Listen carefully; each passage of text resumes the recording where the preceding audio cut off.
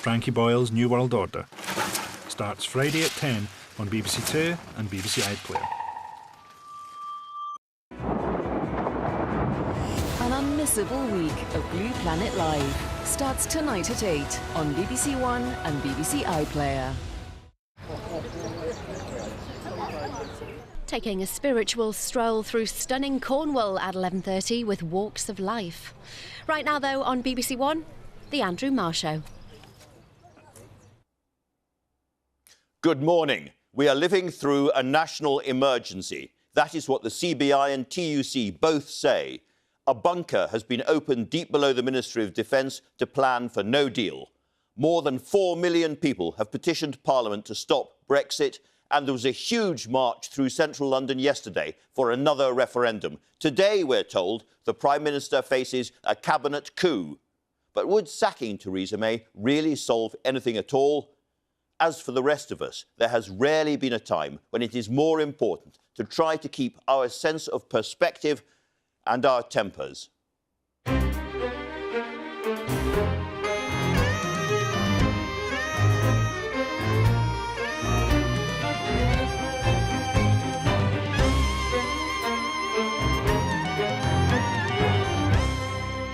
I'm going to be asking the Brexit Secretary, Stephen Barclay, this morning whether he thinks the Prime Minister deserves to stay in her job. What about this former Conservative leader? I'm talking to Ian Duncan-Smith as well. If Parliament takes control this week, is Labour really prepared to compromise to take Britain into a so-called soft Brexit? The shadow Brexit Secretary, Keir Starmer, is here too. Now, none of them were marching for another referendum yesterday, but she was. I've been talking to the First Minister of Scotland, SNP leader Nicola Sturgeon.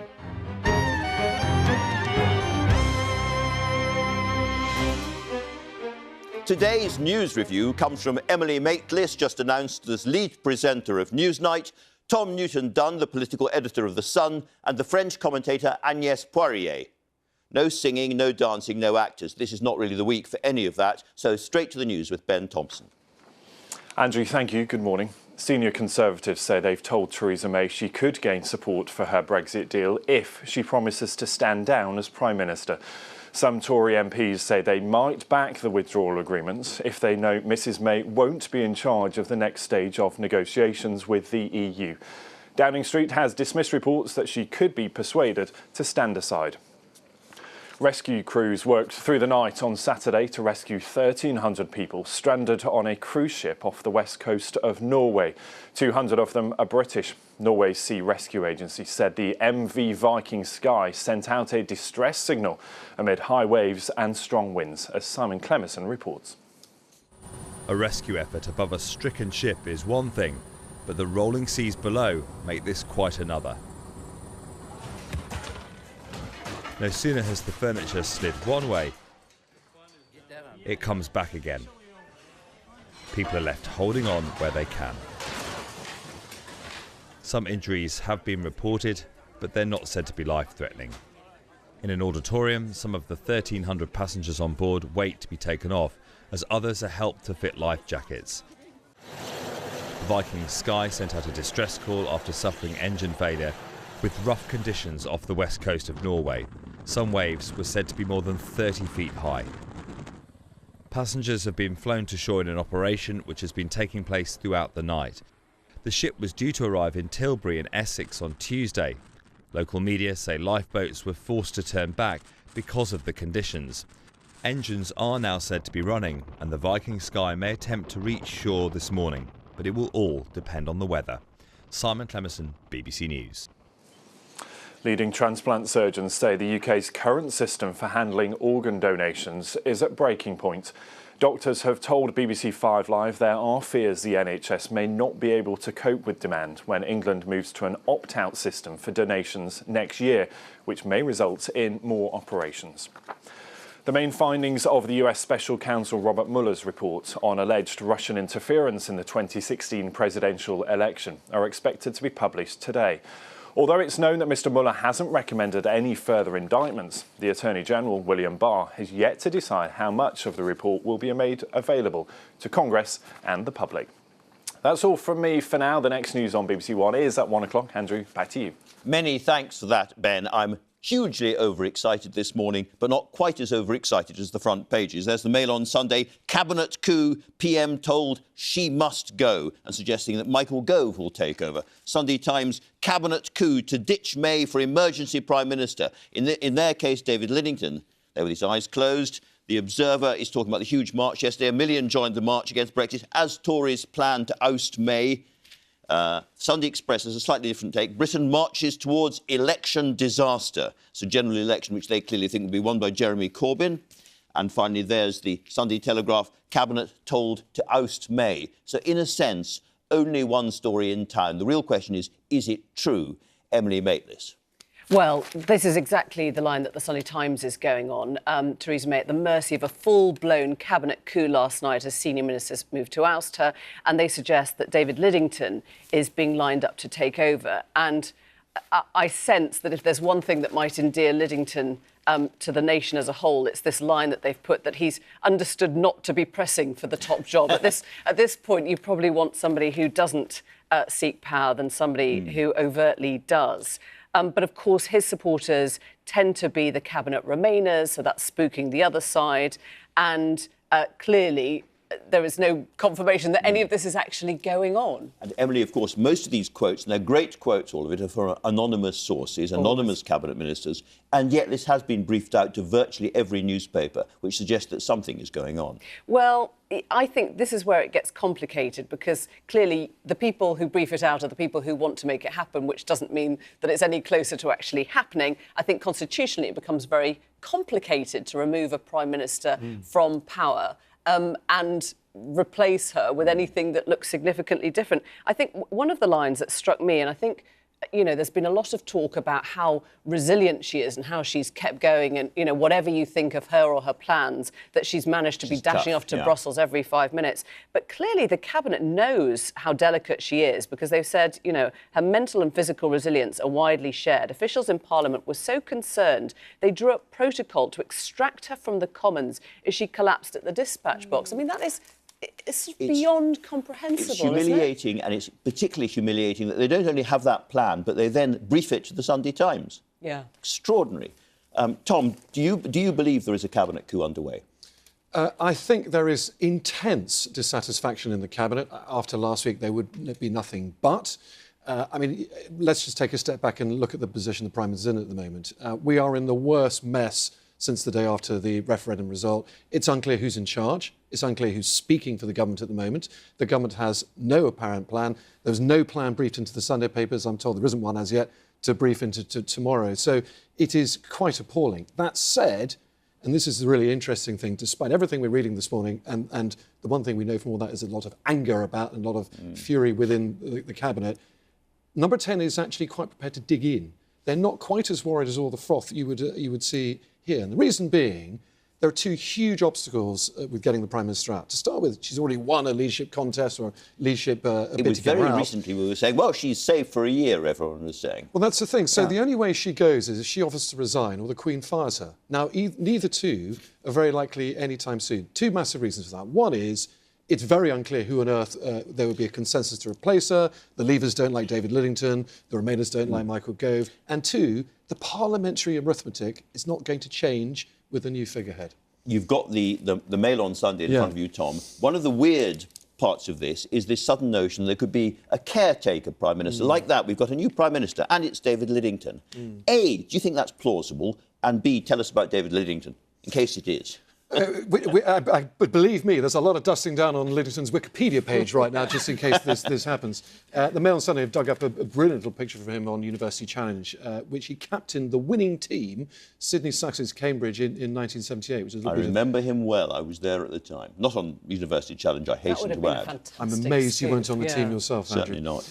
David Lidington is the ultimate behind-the-scenes fixer. He's actually an extremely nice bloke. He doesn't really have an enemy in the House of Commons. He's very happy to talk to the journalists likes of us and you and I. However, he is a man clearly from the Remain camp, was David Cameron's Europe minister, and to me it would be completely unacceptable, not just to half the cabinet, but probably 2/3 of the Conservative Party, which is why I think he's an unlikely candidate.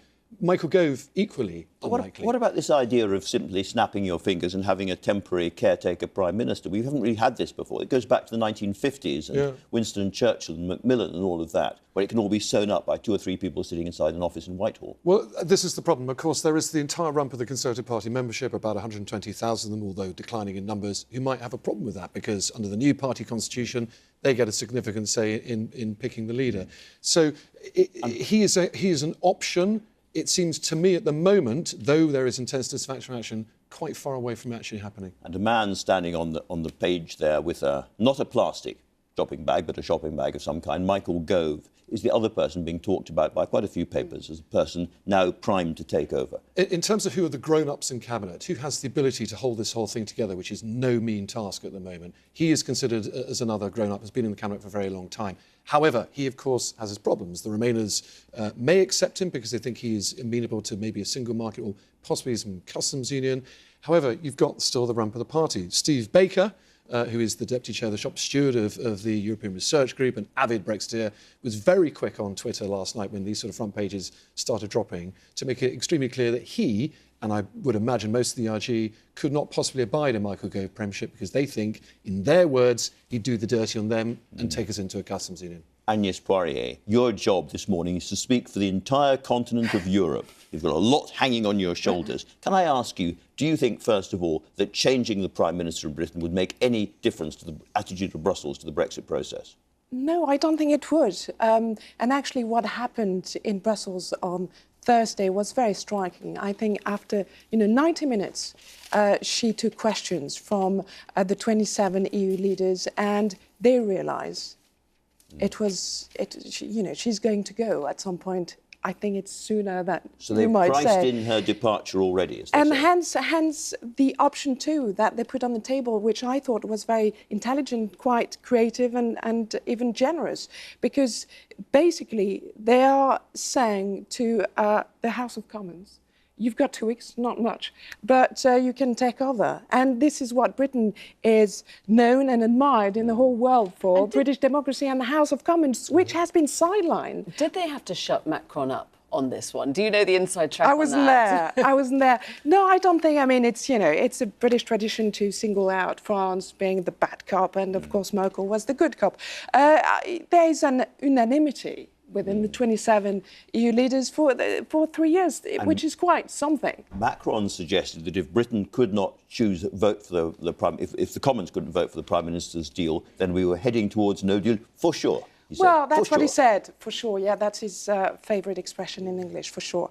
But there's nothing sure. And I would quote Donald Tusk, who said, well, actually, from next week, everything's possible, and House of Commons must take over. But perhaps we should talk about this huge demonstration. Demonstrations. 1 million people, the organisers say. Well, exactly.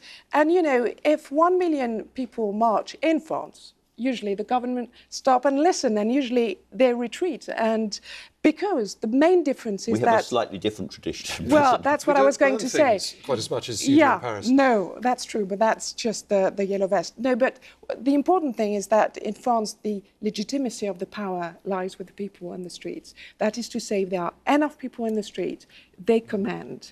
Whereas in Britain, and it's usually, I think, better. The principle is that the legitimacy of the power lies with the Parliament, except the Parliament is in crisis. In trouble. And I think 1 million people, I mean, we should talk about them. We should, but the difference is that in Paris you put up barricades and throw things. Here we have witty and ironic posters and placards. We do have that as well. But I can tell you, I mean, it was, as European in London, this wave of EU flags. There was a wonderful placard yesterday that I saw that was inherently British, summed up the whole thing, which was, let's just go back to Brussels, say it was all a terrible mistake, offer them tea and agree never to talk about it ever again. It was, and also, you see, Pride and Prejudice, 52%, Sense and Sensibility, 48%, the ultimate Jane Austen placard. They need a bit of persuasion in there. They need a bit of persuasion. That's less likely. Very good. You've been looking at the Brexiteer side of the argument here. Anyway. Yeah, I've been looking at, the Sun's got, the Sun brings in Sven-Göran Eriksson's approach to politics, as it were. and says Theresa May's lost the dressing room and she's doing exactly what he did as a football coach between 2001 and 2006, slammed for not coming up with any new alternatives. And I think this is, this takes us into the whole of next week a bit, doesn't it? If she can't, if she sort of can't put herself into a position of new vision, then we're going to carry on having this same conversation every single week, again and again and again. And we have the extraordinary thing, not happened ever before in our politics, not in modern times, of the Commons taking control away from the executive of its own order. That's really, really important moment, isn't it? I mean, a lot hinges, this is the Mail's thoughts on Jacob Rees-Mogg, who, as we know, is seen as something of a power broker, and he seemed to be warming to her deal third time round, or at least if not warming, then holding his nose and going for it. What's interesting, of course, we know that the Speaker, John Bercow, scuppered all that with his bid to deny Parliament a third chance to vote on that without substantial change. But what's interesting is that he is clearly following, and if you speak to him, whenever you interview him, I'm sure it's always the position of the DUP that gives him his lead. And it's just an extraordinary position when you stand back and think that is a new whip. Is the DUP providing the whip for the ERG and for the Jacob Rees-Moggs? Tom, very quickly. The sequencing of what happens next week is going to be absolutely crucial. It'll be fascinating if Steve Barclay can explain what's going to come first, the indicative votes or the Prime Minister's meaningful vote. There is one last shot she might have. Right at the end of the week, bringing it back, and then she might just get it through. Present this, so the Commons rises up, presents a customs union soft Brexit to the nation, and then she says to the MPs, by the way, I am going to go, I think I have to, and then now it's my deal or very soft Brexit. Before we conclude, Emily, you are actually in the Sunday Times yourself. In regard to a documentary you've made. Yeah, this is a documentary that's going out tomorrow night on BBC 2 at 9 p.m. and it is looking at the MP's expenses scandal a decade ago and asking what part, if any, that played in bringing us the kind of politics or the kind of chaos that we've got today, whether that created an erosion of trust, a wholesale erosion of trust 10 years ago. Don't give us the answer, so we have to look at it. You do, you have to watch it. Gosh, that's such an obvious plug. Indeed. There you go, thanks all very much indeed. And so to the weather. It's been pretty cold and grey and nicer this morning, but we're still really waiting for spring. Over to Louise Lear. Louise. Well, Andrew, it's sprung. As you can see, lots of sunshine on this Weather Watcher picture, but that's pretty indicative of what we've got across the country at the moment. But just like politics, I can offer you an alternative. We've got snow falling across the tops of the Highland, and you can see plenty of showers here, rather threatening looking skies. It's this weather front that's continuing to drive the shower clouds in from the northwest, but at the same time, high pressure building, and this high pressure is going to be with us for much of the week. So for the next few hours, we still keep those showers across Scotland, and yes, they'll still continue to fall as snow. This is the radar picture from the last couple of hours. Already starting to see some showers now pushing in to Northern Ireland. So through the rest of the morning and into the early afternoon, those showers will push their way across the Scottish borders and eventually into northwest England. But for the rest of England and Wales, pretty much what you've got at the moment, you are going to keep. It will be dry, settled, with some lovely spring sunshine on offer, and temperatures are likely to peak at highs of 13 or maybe 14 degrees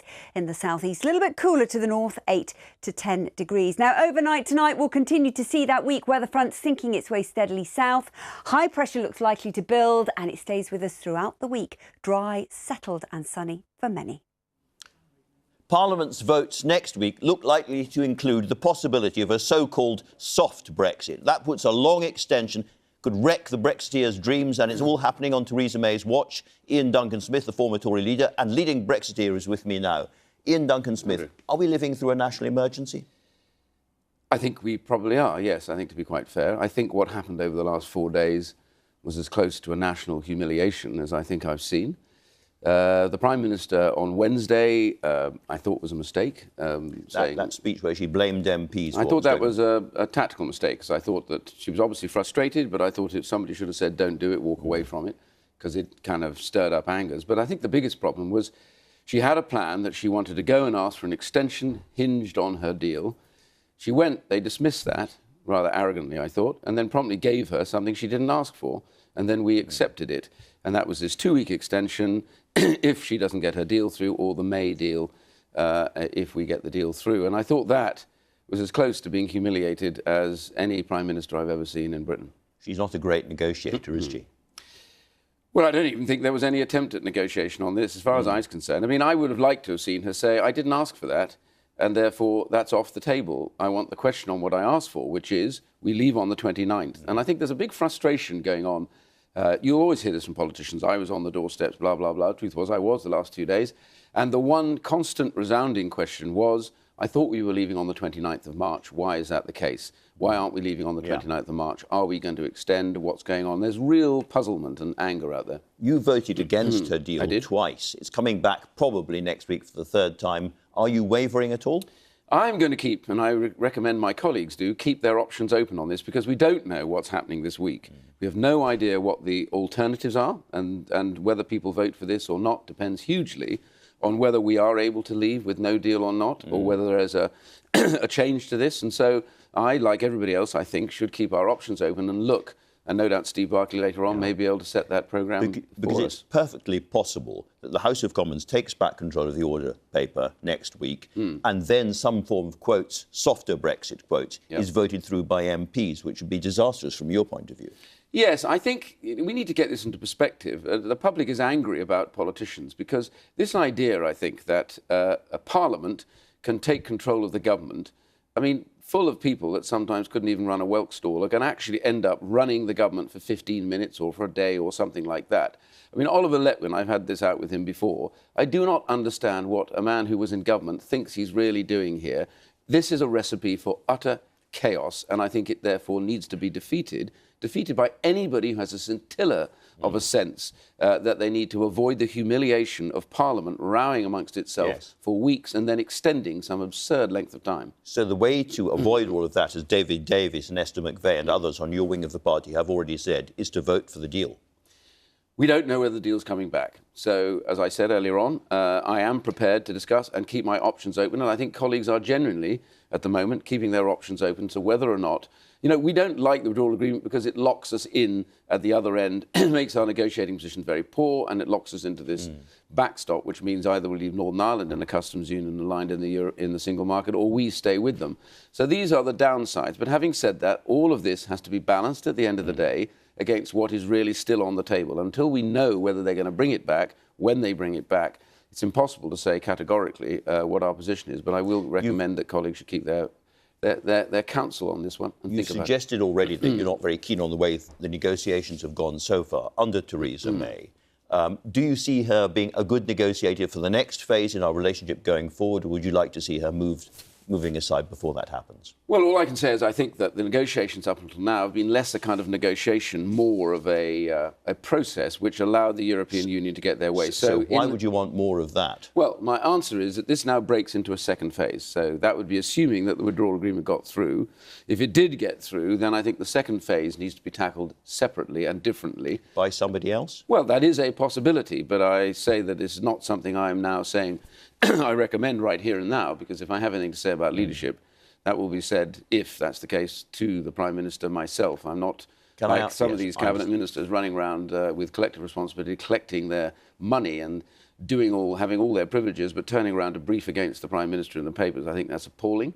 I think they should be censured and some of them should be sacked. And the idea of a cabal, by the way, a cabal that never wanted to leave the European Union, turning out to decide what should happen over our future, would be unacceptable to my colleagues. And do you think that's what's happening now? This is a Remainer cabal, and they're talking about putting in a caretaker Prime Minister. Would that be constitutional or acceptable to the Tory party? One, it's unacceptable to, I think, the whole of the Conservative Party on the backbenches. I don't care what their views were. This is appalling.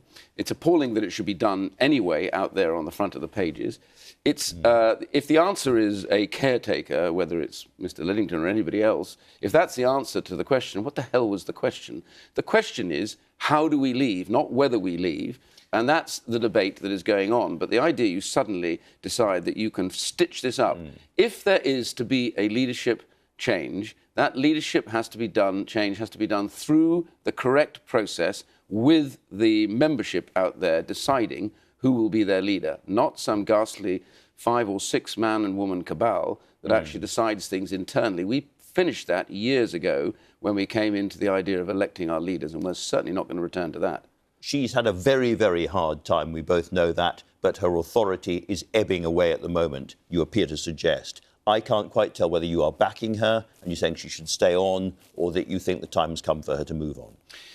I think right now any idea of a leadership election would create complete chaos, because we are in the middle of trying to figure out over the next few weeks what we do. So suddenly to change the argument is to say to the European Union, we've lost control completely, and to make us a laughingstock around the world. Whatever happens, the Prime Minister, we know, has already said she will be stepping down. So the question of that is about when, not whether, and that is not something that we need to deal with specifically at the moment. I think the reality for us is all of this stuff on the paper avoids a simple point, which is right now these people in Cabinet who happily take the privileges, happily take the money, and who have trashed collective responsibility, they need to be held to account. They have one simple question to be answered.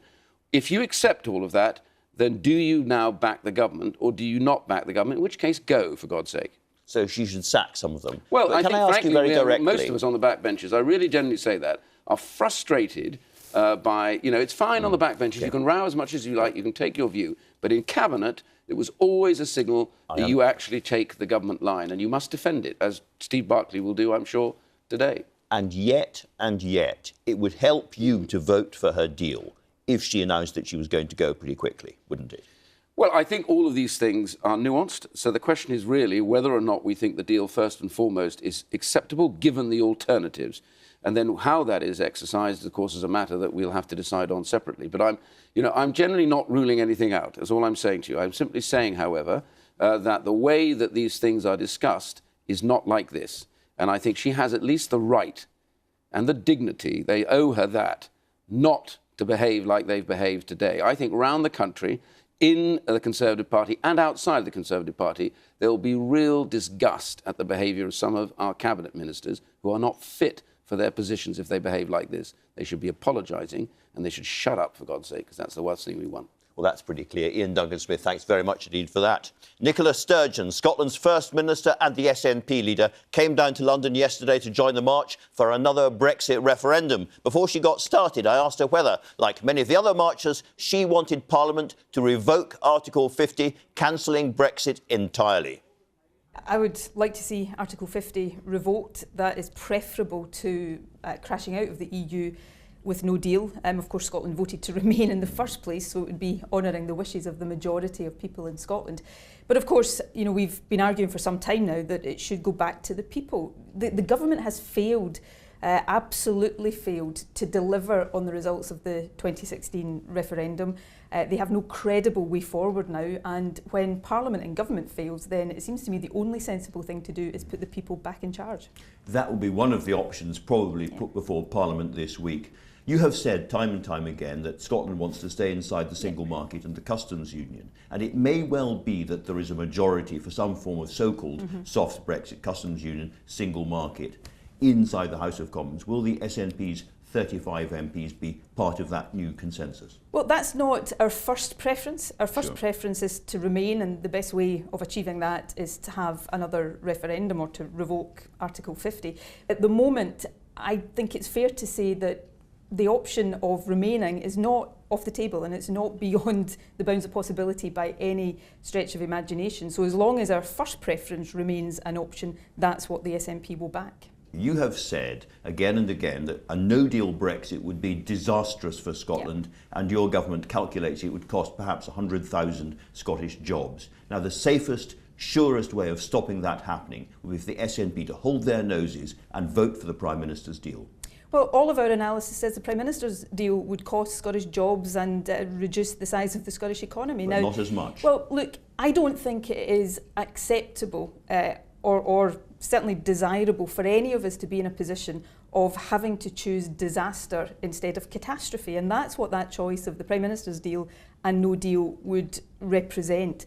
The Prime Minister's deal, just to recap, takes us out of the EU, takes us out of the single market, takes us out of the customs union, and gives no clarity about the future relationship. Honouring the result of the 2016 referendum. Well, with respect, not honouring the result of the 2016 referendum in the country that I'm First Minister of, which is Scotland. Do you think that Theresa May herself is now part of the problem? If you were in her cabinet, would you be telling her to go now? I would be telling her to go. I think she's been part of the problem for some considerable time. I think if we were in any normal period in British politics, she would be long gone, but the conventional rules are not applying. I suppose the one caveat to that is I think she is effectively out of power now, and perhaps debating her position is becoming more and more incidental by the day. What's important now, I think, is that the House of Commons seizes control, and it must do that next week. Nevertheless, she has negotiated the only deal that's on offer, the only deal on the table, and a lot of people in the EU look at what's going on in British politics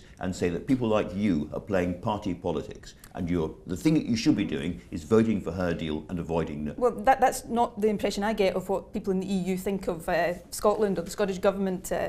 I know what they think of the UK government just now, and it's probably not repeatable. But Theresa May negotiated the only deal she was able to negotiate because of the red line she imposed. Mark Rutte, the Dutch Prime Minister, said it's not Theresa May's mistake that we are where we are, it's because too many people have so far played party politics on this issue. My hope is that the UK Parliament will next week do the sensible thing and vote yes to the deal. Look, I understand that position from the EU. They negotiated in good faith with Theresa May. It's not their fault that she imposed all of these red lines, constraining herself from the word go. It's not their fault that she triggered Article 50 before she had a clue what she wanted to do. So I don't blame European leaders for just wanting to see this done. But, you know, I have to look at what's in the best interest of Scotland. I also care about what's in the best interest of the UK. And Theresa May's deal is not in the best interest of people across the UK. Neither is no deal. So let's, over the next few weeks, in this opportunity that has been afforded to us, try to find a better way forward. The Scottish Government's been given £92 million by the British Government for no-deal preparations. In this financial year, how much of that has gone to Scottish councils? We give Scottish councils a global settlement. We've just passed our budget in February. But there's nothing in the budget which suggests that you've given them money for this. And Andrew, I can say with absolute certainty as First Minister that if there is a no-deal Brexit, 92 million will not come close to being able to deal with what we are dealing with. So we're working on our Resilience Committee. COSLA, the Confederation of Scottish Local Authorities, is represented, as is the Scottish Police Service. Have you passed that money down to Scottish local authorities? This is not how we give local authorities a global budget. So all of the resources we have, whatever it comes from in terms of the UK government, we allocate that to priorities, and we are working very closely with Scottish local authorities so that collectively, jointly, in partnership, we're planning for no deal. Is no deal the moment when another Scottish independence referendum becomes absolutely inevitable? I think another Scottish independence referendum is going to happen. Nothing in this life is absolutely inevitable, but I think it's as inevitable as it's possible to be. Before I set forward a path forward for Scotland, I think it's reasonable for me to know what the starting point of that journey is going to be in the context in which we are going to be embarking on it. And, you know, we need to know, and hopefully we will know this over the next few days and the next 3 weeks. Is the UK leaving the EU? Is it leaving with a deal? Is it leaving with no deal? Or is it not leaving at all, perhaps looking at another referendum? But the experience of the last, almost 3 years now, Scotland's vote ignored, the voice of the Scottish Parliament ignored, all of the consequences that flow from Brexit completely out with our control, that really does make the case for independence very, very powerfully. It now does look inevitable that any Scottish independence referendum would happen after we've left the EU. And therefore Scottish voters will be saying outside the EU but also outside the British market, which is quite a big ask. Well, Scotland shouldn't have to choose between the UK market, which is important. It's important to Scotland, it's important to the rest of the UK to continue to trade in the Scottish market. We shouldn't have to choose between that and the European single market, which of course is 8 times bigger than the UK market. I want Scotland to continue to trade in both. We have a major drive just now to grow our exports to Europe. We're setting up new investment hubs and capitals across Europe. I want to see us continue to do that, as well as remaining open to people from Europe to come to Scotland. And given where we are now, would an independent Scotland apply to rejoin the EU? I would want to see an independent Scotland rejoin the EU. One of the big ironies, which we've spoken about before, is in the independence referendum, those who were against Scottish independence said you can't have independence because you'll get thrown out of the European Union. What an irony that not too much further on we're facing being taken out against our will. Nicola Sturgeon, you need to get your boots on and go off and march. Thanks for talking to us. Thanks a lot. Well, listening to that is the shadow Brexit Secretary, Sir Keir Starmer. She was on the march, were you?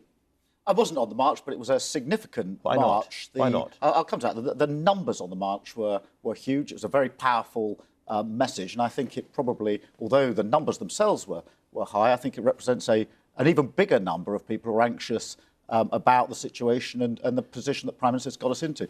For my part, you asked me about... You sound pleased that it was a big march. It would have been a slightly bigger march if Keir Starmer had been on it as well. It was big. It was a significant, powerful message. I don't think anybody can doubt my commitment to the Labour Party policy that we adopted at conference on a public vote. But, Andrew, as you know, my job over the last 2 years has been to build the case for Labour in Parliament, to work with all MPs, those that are persuaded about the second referendum, those that are... I'm talking to about that. Million-strong march. What was more important than that? The most important thing is to win the argument in Parliament, and that's been my absolute focus. But I think it was a great... Well, I'm talking to colleagues across the Labour Party, across Parliament, and as I say, I don't think anybody can doubt my commitment to the public vote element of the conference policy we adopted in September. So I salute the fact that the march was as big as it was and the clear message that it is sending. And I think it was for another referendum. The leader of the Labour Party wasn't on it. The deputy leader of the Labour Party was on it, however. And here's what he said. He said he had a message for Theresa May that she would help her get her deal over the line. But I can only vote for a deal if you let the people vote on it too. In other words, I will support your deal, but it must go back to a referendum. Is that party policy? Well, what the party has said is there must be a public vote. And we said we'd either put down an amendment ourselves or support an amendment. And that needs to be between a credible leave option and remain. When we spelt this out in a front bench amendment about 8 weeks ago, we said what we mean by that is a deal or proposition that's got the confidence of Parliament. So if a deal goes through, if the Prime Minister's deal, if she tries it a third time, goes through, it ought to be subject to a lock of being a lock or a check, which is it's got to be confirmed by the public. And I think, given the position we're in, that's the least that we now would expect. So under all circumstances, whether it's a Labour deal or the Prime Minister's deal or some other deal, it must go back to a referendum. Well, the only deal there is on the table at the moment is the Prime Minister's deal. We may get to another deal, but it's still going to be put through by this Prime Minister unless we're in extraordinary times. And so the proposition, as it were, that any deal that this Prime Minister is going to get through Parliament ought to be subject to a public vote is one that we support. And that's why we said we'll either lay our own amendment or we'll support an amendment to that end. There will be another referendum on Europe under Labour. Yes or no? Well, that's what we've said. We're supporting a public vote. I mean, the position we're in at the moment, we're in opposition, so we're saying that... for any deal?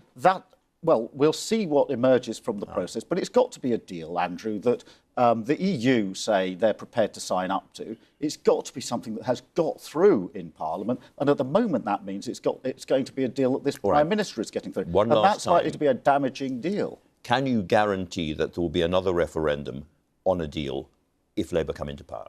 Well, that's a question, Andrew, for the manifesto. No, is the short answer in that case. No. It's a question for the manifesto. And every time you ask about the manifesto, I say we're working through it. But let me be as clear as I can. We had a manifesto commitment last time in 2017 setting out the sort of deal we'd negotiate.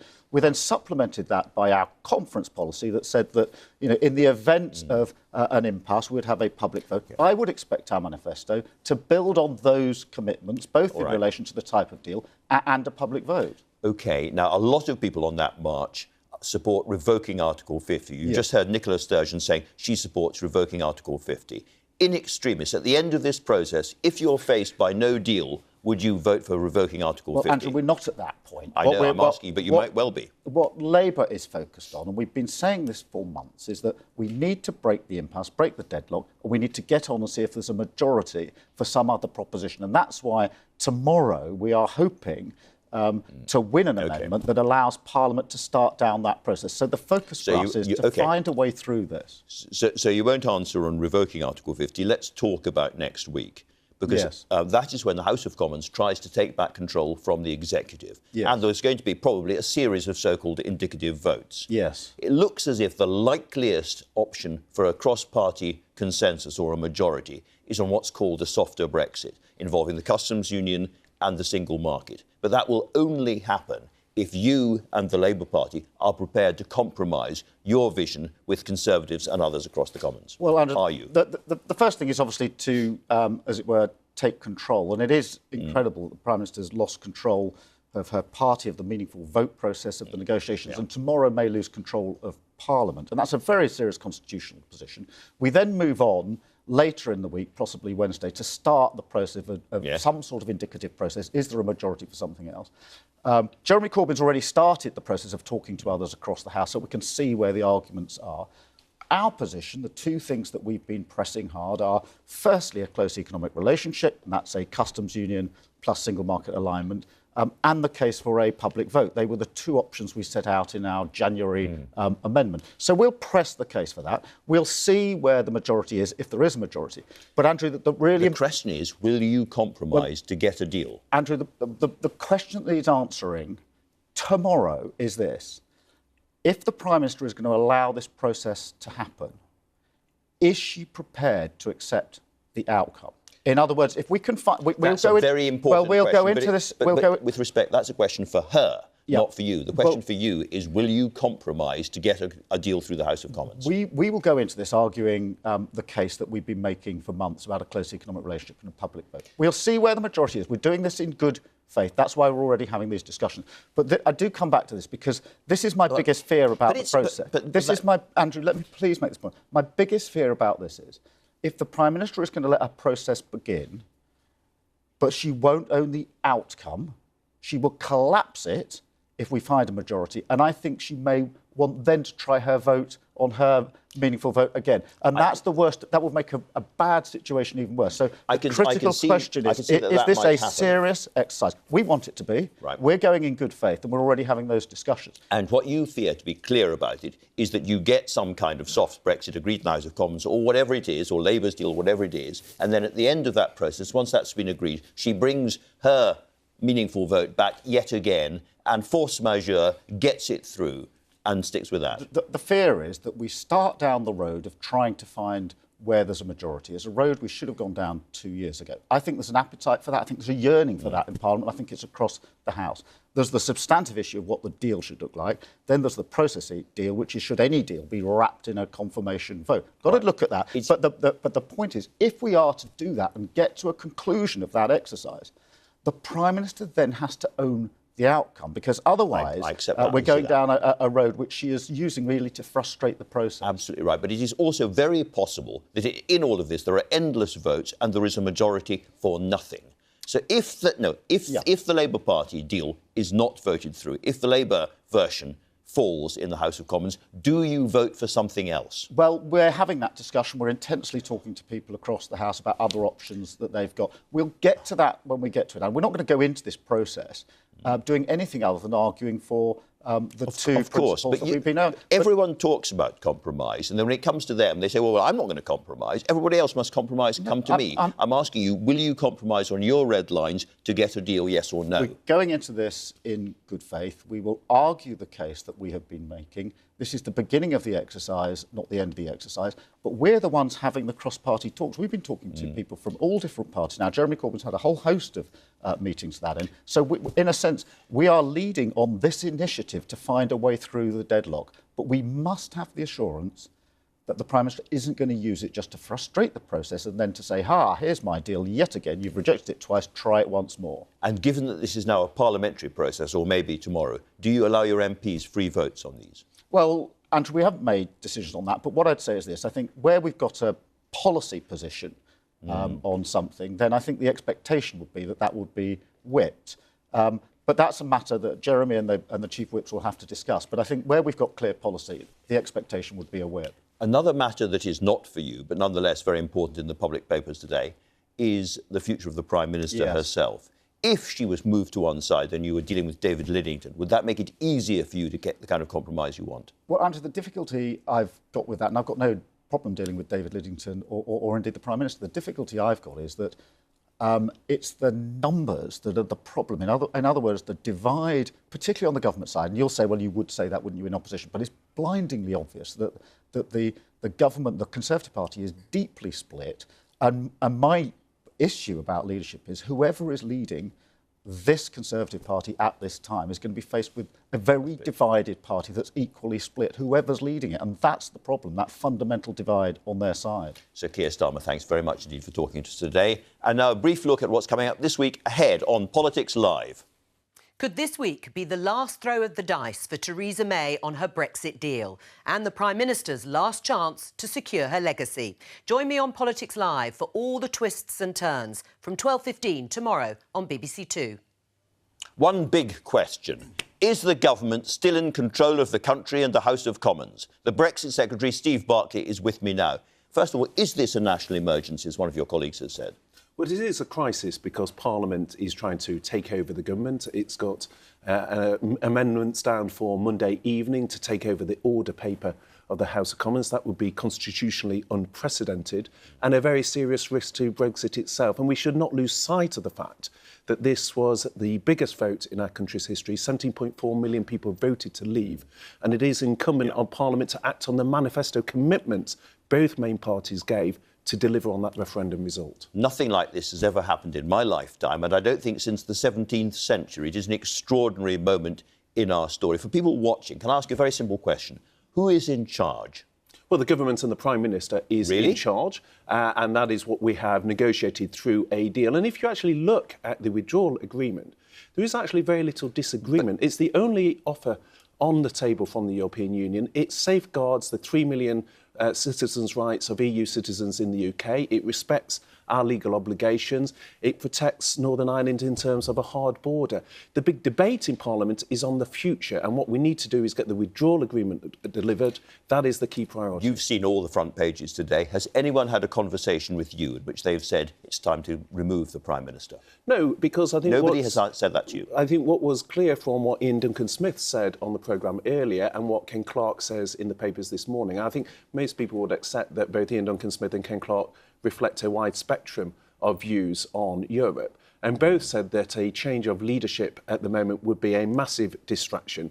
And what we should be focusing on is how we deliver on what we committed to in the manifesto, which was to respect the referendum result. Ian Duncan-Smith said that when Cabinet Ministers do this kind of thing, if they're sitting around the table tomorrow, they should be sacked. Do you agree? Well, there's a lot of emotion in the newspapers today. Yeah, but do you agree? But what it do you is, agree it's that they about should the be logic. sacked if they do this? Well, if people break collective responsibility, then obviously that is an issue for the Prime Minister, and it's for the Prime Minister to determine who is in her cabinet. But one needs to strip away the emotion and look at the logic. And the logic is that if an amendment goes through Parliament, and last time it was only won by the government by 2 votes, if an amendment goes through where Parliament takes control of the order paper, then that leaves open the door to Parliament then legislating to take no deal off the table. And that is something that Brexiteers like me would see as a massive risk to Brexit, because if Brexiteers and Parliament votes against the deal and also votes to take no deal off the table, then the only option is to then have European parliamentary elections. And I think for your viewers, 3 years after they voted to leave the European Union, to ask them to then vote for members of the European Parliament would be a huge affront to democracy. Here's the real question. If indicative votes, so-called, go ahead next week, whether under the control of the government or under control of MPs directly, if those votes go ahead with a range of possible options for the future of Britain, is the government bound by those or not? Well, the key question you say is if, because we need to see but how I need the to know vote the goes. answer to that question. Well, firstly, we need to see if it does go ahead, because I think the implications of that are so severe constitutionally that it will be a serious question for members of Parliament. It will be, but to go. This is a really, really important moment for the country, and you really need to start to answer questions, if I may say so, about this kind of thing. If the Commons takes control, or if there are indicative votes under the control of the Cabinet and the Commons votes for a different outcome, is the government bound by that or not? So the process will be that we will have an all-day debate on Monday ahead of that vote. Now, if that vote goes through and the House of Commons does take control of the order paper, then under the process there will then be indicative votes on Wednesday. Now, it'll be for the government then to decide on the timing as to whether it brings back a meaningful vote, either ahead of that or after that. And obviously that will be shaped by the debate on Monday and by the result of that vote. But if the Commons votes for some so-called softer Brexit, votes for customs union, alignment with the single market, whatever it might be, some kind of compromise vote in the House of Commons, and then comes back to the government and says, this is what the Commons can agree, The House of Commons can finally agree and unite around one thing. Does the government simply ignore that, or do you then honour the vote of the House of Commons? Well, we'd have to look at what was voted on, because obviously we'd need to see if it passes and where. So you might ignore the vote of the House of Commons. Well, the in those vote itself circumstances would potentially collide with fundamental commitments the government has given in their manifesto. And so one of the key issues there is you potentially have Parliament instructing the government to do something which is directly counter to what it was elected to deliver. Counter to what is in its manifesto. So what do you do? Well, first we forgive my frustration. It's a very straightforward question. What do you do? Well, that vote of itself would not be binding, but obviously, as we have so it would seen, not be binding. You could ignore the vote of the House of Commons on an indicative vote. Well, potentially it would collide, as I say, with the manifesto. We would need to see that. But what would potentially be opened by the process is also whether then Parliament would go on to legislate to enforce, for example, so that taking suggests no the deal. entire process is meaningless.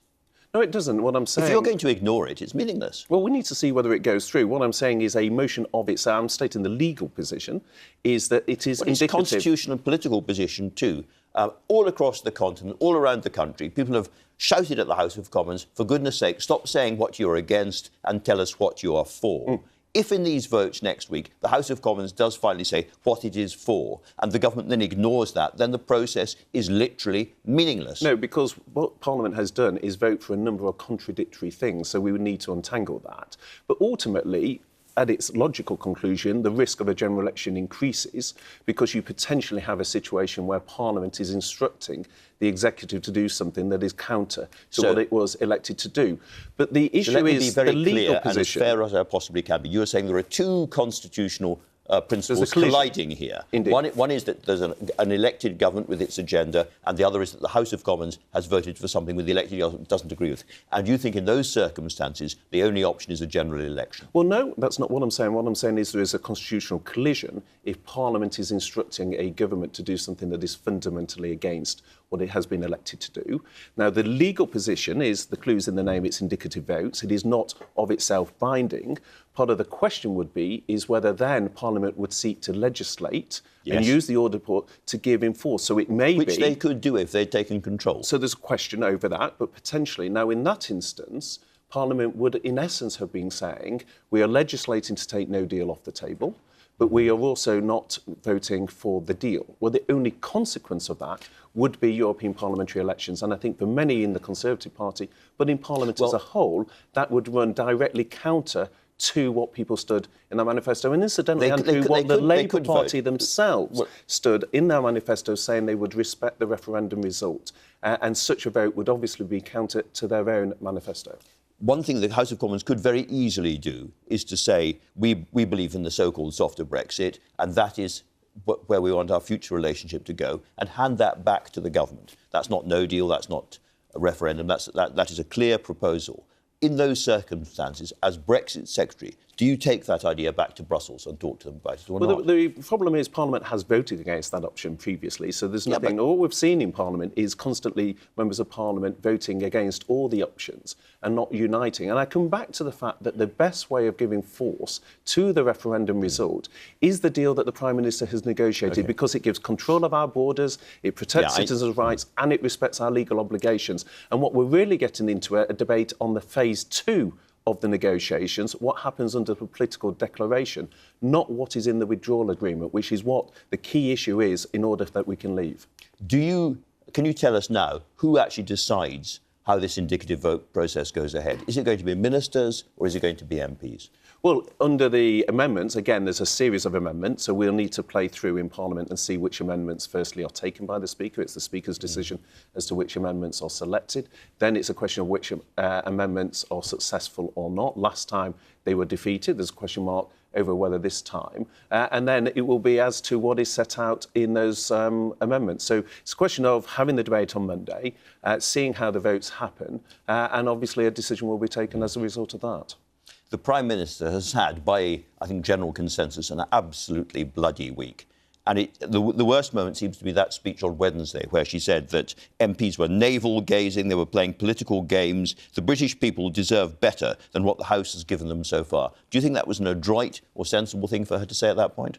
I think on a human level, up and down the country, people can sense the frustration that the Prime Minister feels after 2.5 years of negotiating in the national interest. So she said it in a mood of anger. A deal. Well, I think the Prime Minister has frustrations. I think many people watching this programme have frustrations. Many businesses want the certainty of backing this deal and getting on with their businesses. And I think the frustration she was expressing is one that's shared by many people watching this programme. We have a deal. It's the only deal on the table. The EU have been unequivocal that there is not another option.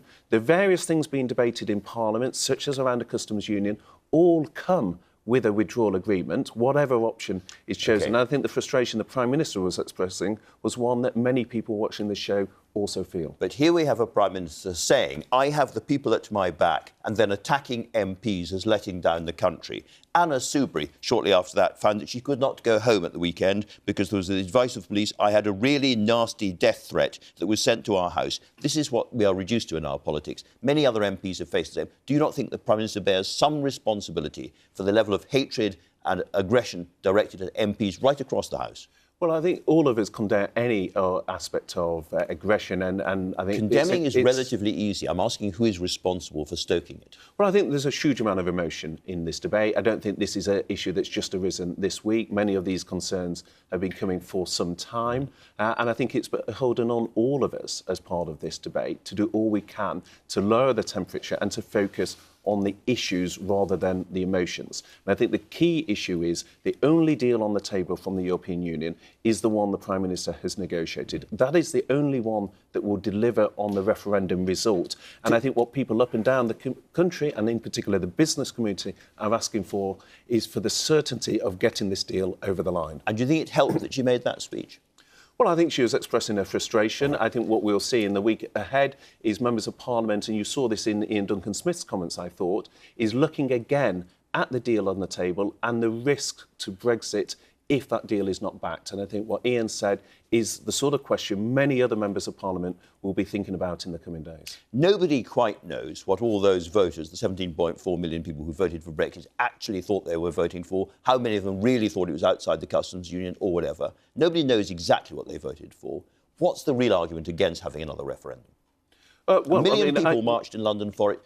Huge numbers of people, 5 million people or more, have already signed a petition for revoking it. This is a really big movement. Well, I think what matters is the 17.4 million at the ballot box. It is important, the march yesterday, and I think we should take note of that. And it's part of our democratic process that people have the right to protest, the right to march. But ultimately in our democracy, the way people express their will is at the ballot box, and I think it is beholden on Parliament I'm talking about to deliver that.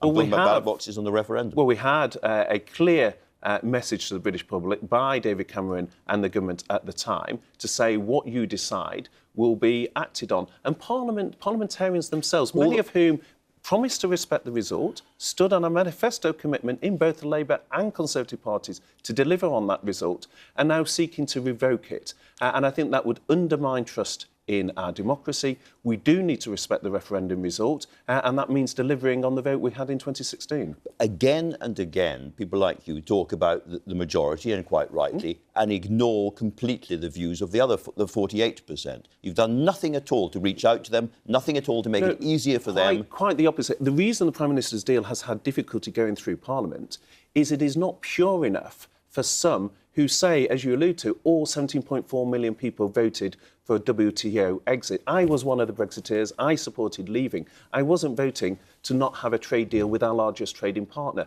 So we have some people in Parliament saying, on the one hand, it's not pure enough. And then we have others saying that they would respect the referendum result and then doing everything they can to undermine it. And the deal the Prime Minister has negotiated is one that delivers a balanced Brexit, one that gives us control of our borders, but also we've had the list many times already. Can I just ask you very directly, does the third meaningful vote come back this week after the indicative votes? Well, what we've said is we will bring it back when we're confident we have the numbers. There's no point bringing that back before. We're taking soundings. You don't know at this stage? Well, we're continuing to take soundings, and those are ongoing today and in the coming days. Now, you have said that a long delay to Brexit would be completely intolerable.